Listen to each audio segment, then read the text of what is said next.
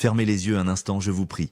Prenez une grande inspiration. Pouvez-vous sentir cette odeur de pinède mélangée à celle du macadam chaud et de l'air salin? Entendez-vous, au loin, le chant hypnotique des cigales ou le ronronnement d'un vieux moteur au petit matin? Aujourd'hui, je vous invite à faire un voyage dans le temps. Un voyage vers une époque où nos étés avaient une saveur différente. Nous allons retourner dans la France des années 1970 et 1980, au cœur de nos grandes vacances. Nous allons raviver 20 souvenirs profondément enfouis dans vos mémoires, des rituels simples mais d'une richesse émotionnelle inouïe. Restez avec moi jusqu'à la fin car le dernier souvenir que nous évoquerons, celui du retour et des traces que l'été laissait sur nous, risque bien de faire perler une larme de douce nostalgie au coin de vos yeux.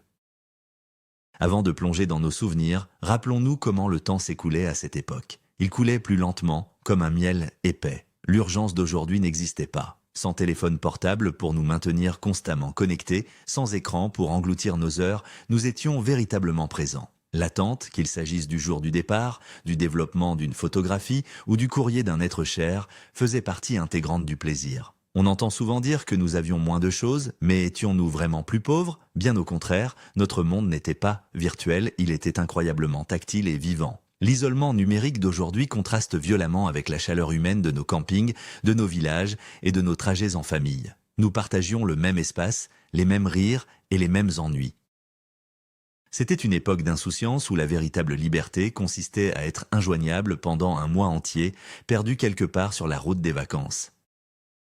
Commençons notre voyage par le rituel sacré du grand départ et la magie de la carte routière. Rappelez-vous cette excitation indescriptible qui nous empêchait de fermer l'œil la veille. Le réveil sonnait alors qu'il faisait encore nuit noire. La maison était plongée dans un silence inhabituel, seulement brisé par les pas pressés et le bruit sourd des valises. Le coffre de la voiture, souvent une Renault 5 ou une Peugeot 205, était chargé avec une précision d'horloger par nos pères. Il y avait cette odeur si particulière, un mélange d'essence et de rosée matinale. Au centre de tout cela régnait la fameuse carte routière Michelin ou les précieux dépliants de bison futé. Ces grands morceaux de papier, que l'on dépliait avec difficulté sur le tableau de bord, ressemblaient à des cartes au trésor. Il n'y avait pas de voie de synthèse pour nous guider. Il fallait lire les lignes rouges, anticiper les légendaires bouchons de la Nationale 7 et chercher le macaron des petits restaurants routiers. Ce départ à l'aube, le cœur battant la chamade, c'était une aventure humaine qui soudait la famille. Poursuivons en nous souvenant de ces heures interminables passées sur la banquette arrière, marquées par l'odeur des sièges en sky et la chaleur étouffante de la voiture. Essayez de ressentir à nouveau cette sensation unique, le contact de vos jambes nues contre ce plastique brûlant. Dès que le soleil d'été frappait les vitres, l'habitacle se transformait en une véritable fournaise. La climatisation était un luxe presque inconnu dans les années 1980. Pour échapper à cette chaleur, notre seule solution consistait à baisser les vitres à l'aide de petites manivelles métalliques capricieuses. Le vent chaud s'engouffrait violemment, décoiffant tout le monde et couvrant la radio d'un bourdonnement sourd. Nous étions collés les uns aux autres, la peau moite, cherchant désespérément un coin d'ombre. Pour tuer le temps, nous comptions les voitures de couleur ou devinions la provenance des plaques d'immatriculation. Malgré la sueur et les chamailleries pour 1 centimètre de place, c'était un rite de passage obligatoire qui rendait l'arrivée d'autant plus triomphante.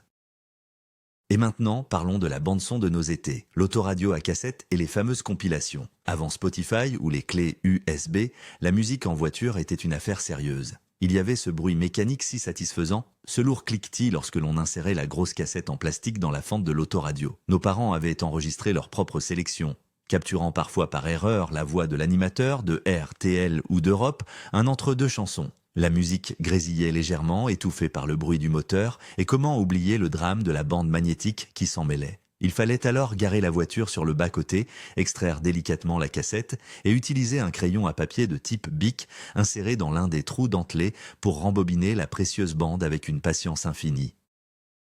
Ces tubes de l'été, écoutés en boucle pendant des centaines de kilomètres, s'imprimaient à jamais dans nos esprits. Chaque chanson devenait la machine à remonter le temps de nos futures nostalgies.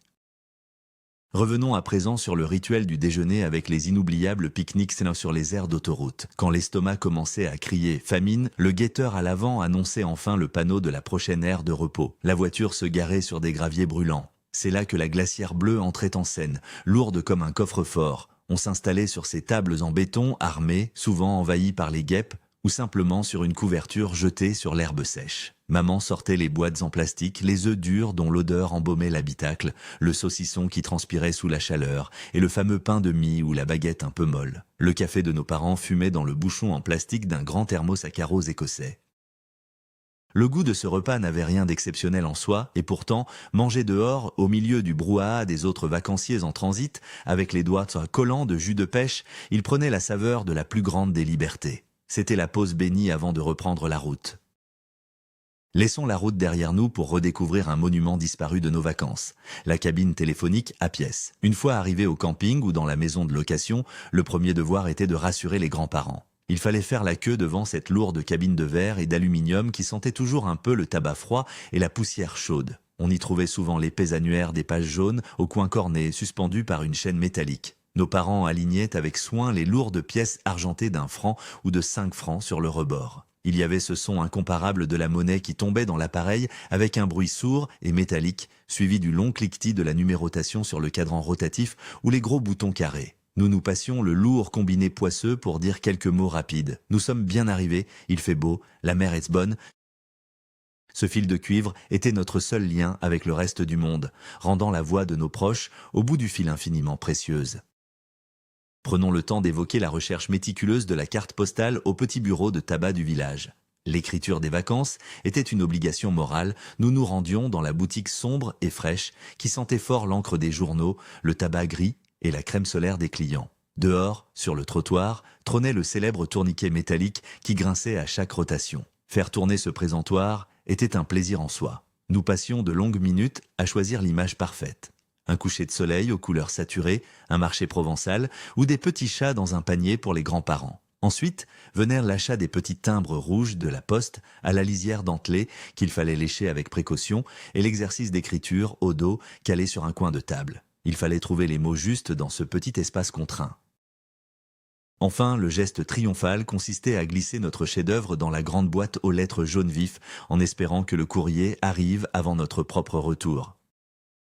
Mais que seraient nos étés d'enfance sans la lecture rituelle du magazine Pif Gadget Spécial Vacances? Pour beaucoup d'entre nous, le véritable début des vacances coïncidait avec l'arrêt à la maison de la presse locale pour acheter ce trésor hebdomadaire. Ce magazine épais sentait bon le papier journal et l'encre fraîche. Le cœur battant, nous cherchions avec avidité la surprise enfermée sous le plastique de protection. Quel gadget allait nous occuper cette semaine? Serait-ce les fameux poissoteurs du Mexique qui bougeaient tout seuls dans la main? Le microscope en plastique rouge, les lunettes d'espion permettant de voir derrière soi, ou bien les mythiques pifis à faire grandir dans un verre d'eau? L'attente et la découverte de cet objet simple nous procuraient une joie pure, sans artifice. Nous lisions ensuite les bandes dessinées, étalées sur le ventre sur le carrelage frais de la maison de location, à l'heure la plus chaude de la journée, bercée par le silence de la sieste de nos parents.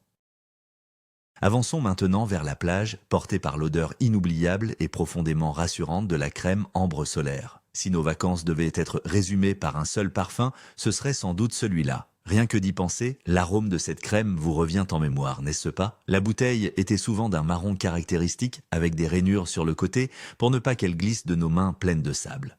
La texture était épaisse, grasse, et nos mères nous en enduisaient consciencieusement le dos et les épaules avec une force redoutable. Dès que nous courions vers l'eau ou que nous nous roulions sur nos serviettes éponges, le sable se collait immédiatement à notre peau, nous transformant en de véritables petites sculptures sablonneuses. Cette odeur chimique mais si réconfortante se mélangeait au sel de la mer et à la sueur de l'après-midi.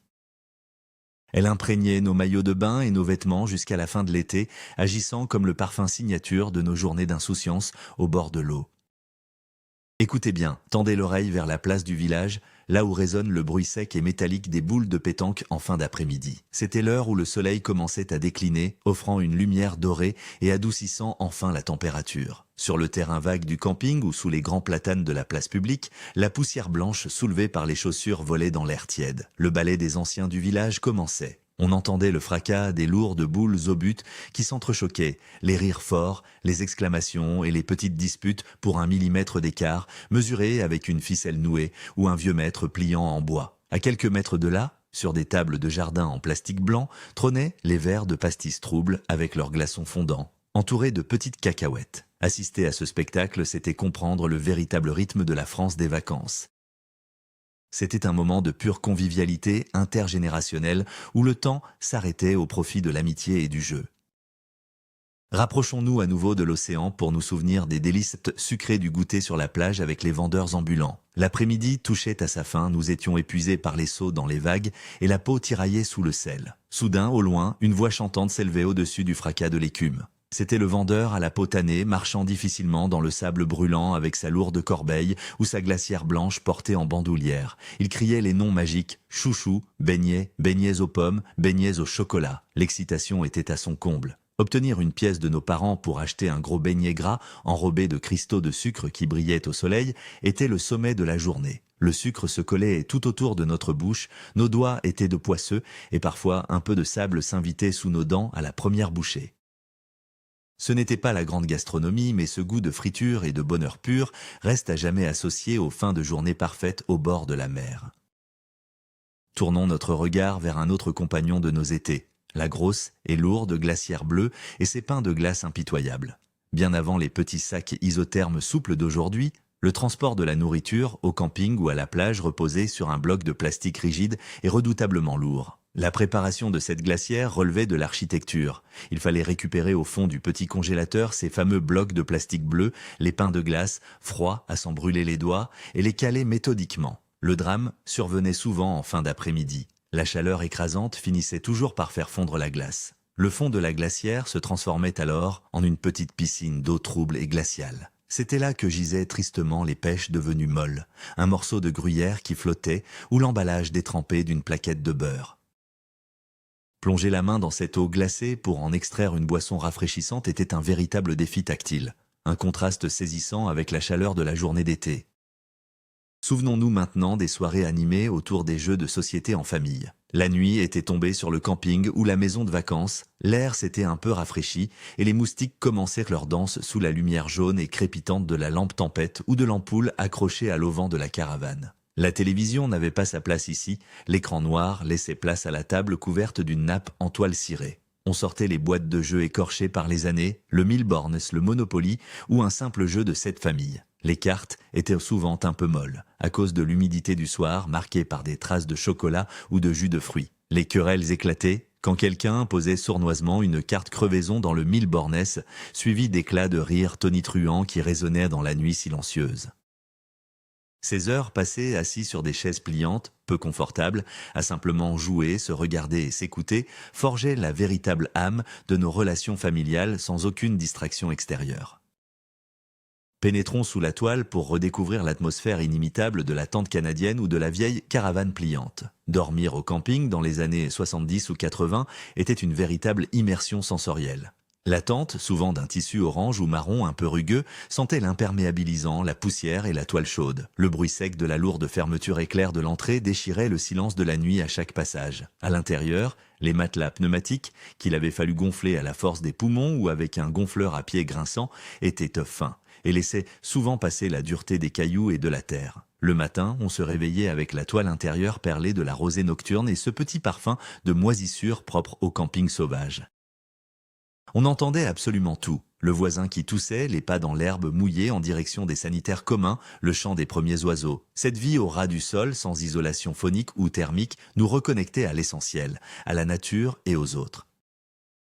Abordons l'un des rituels les plus magiques de cette époque, l'utilisation de l'appareil photo jetable ou du vieux Polaroid de la famille. Avant le numérique, la photographie coûtait cher et se méritait. L'appareil photo de l'été, parfois en carton jaune vif, ne contenait que 24 ou 36 poses, pas une de plus. Il n'y avait pas d'écran pour vérifier si l'on avait les yeux fermés. Il fallait faire tourner la molette crantée avec le pouce, ce qui produisait un bruit mécanique sec et irrésistible. Le flash mettait un temps fou à se charger, émettant un sifflement aigu de plus en plus haut. Prendre une photo était une décision grave, un choix délibéré pour capturer un moment jugé parfait. Nous devions cadrer avec soin, demander à tout le monde de ne plus bouger. Une fois le rouleau terminé, nous le portions au magasin de développement photo et il fallait attendre une semaine entière.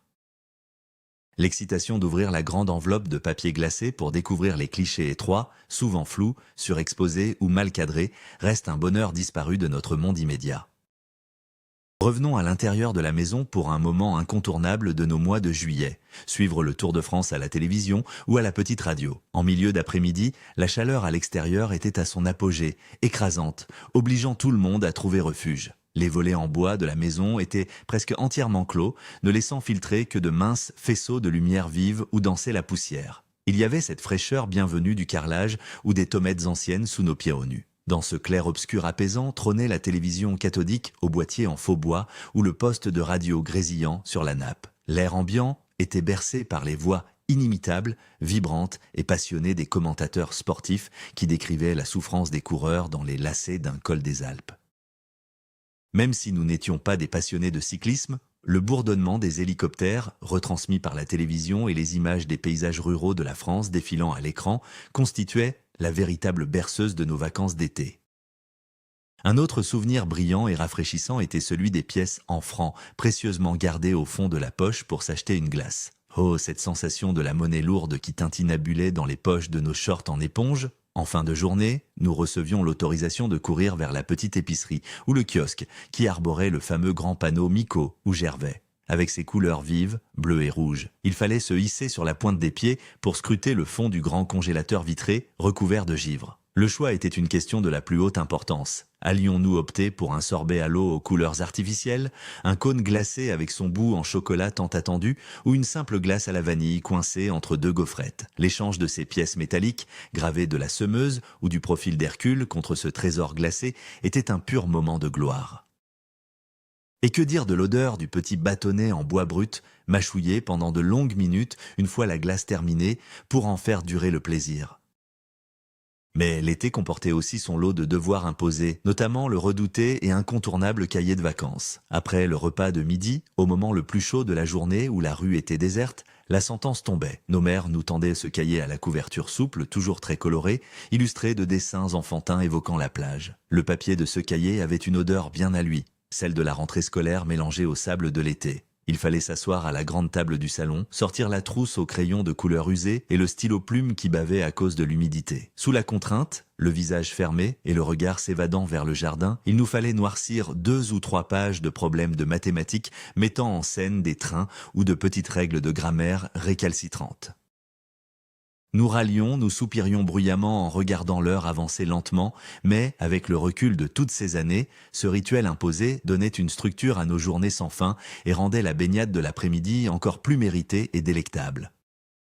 Rapprochons-nous de l'eau pour retrouver l'univers coloré du matériel de plage en plastique et des bouées fluorescentes. À l'époque, la plage était un carnaval d'objets gonflables souvent achetés sur le marché estival. Il y avait ces gros matelas pneumatiques rayés en coton caoutchouté, incroyablement lourds et increvables, et les bouées aux couleurs jaunes ou roses fluo. Avant de pouvoir se jeter à l'eau, il fallait accomplir la tâche épuisante du gonflage.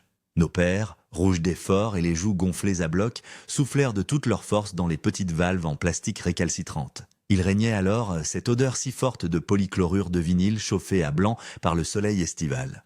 Grimper sur ces objets dans la mer salée était une aventure. La matière plastique crissait de façon stridente contre la peau mouillée, provoquant souvent des irritations. Pourtant, chevaucher un bateau pneumatique, lutter contre les petites vagues et se laisser dériver au large sous l'œil attentif de nos parents restait l'un de nos passe-temps les plus glorieux. La nuit tombée, nos esprits s'émerveillaient lors des douces veillées d'été ou des fêtes de village environnantes. Dans les petits villages de vacances, les soirées s'étiraient sous les étoiles. Il n'y avait pas de pollution lumineuse pour nous cacher la voie lactée. Couchés sur une couverture, au milieu de l'herbe, nos parents nous apprenaient à chercher la grande ourse et nous attendions avec impatience le trait lumineux d'une étoile filante pour faire un vœu secret. D'autres soirs, c'était la fête sur la place communale. Des lampions en papier aux couleurs pastel, alimentés par de petites ampoules tremblotantes, étaient tendus entre les platanes. La musique d'un bal populaire résonnait, animée par un accordéon ou un petit orchestre local. L'air embaumait l'odeur des frites cuites dans l'huile grésillante et du vin rouge chaud. Nous courions entre les jambes des adultes qui dansaient, totalement libres dans l'obscurité protectrice de la nuit. Ces moments hors du temps nous procuraient un sentiment profond de sécurité, d'appartenance à une communauté et de pure insouciance.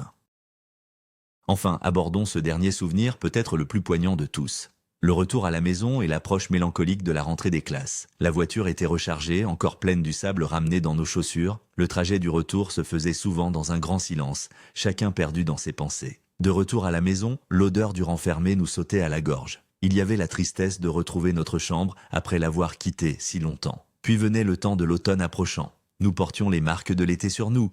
La peau de nos épaules pèlerait encore quelques jours, notre bronzage doré contrasterait avec les premiers revêtements longs, et nos cheveux étaient encore éclaircis par le sel et le soleil. Mais le véritable adieu aux vacances se jouait lors de la récupération des photographies chez le développeur.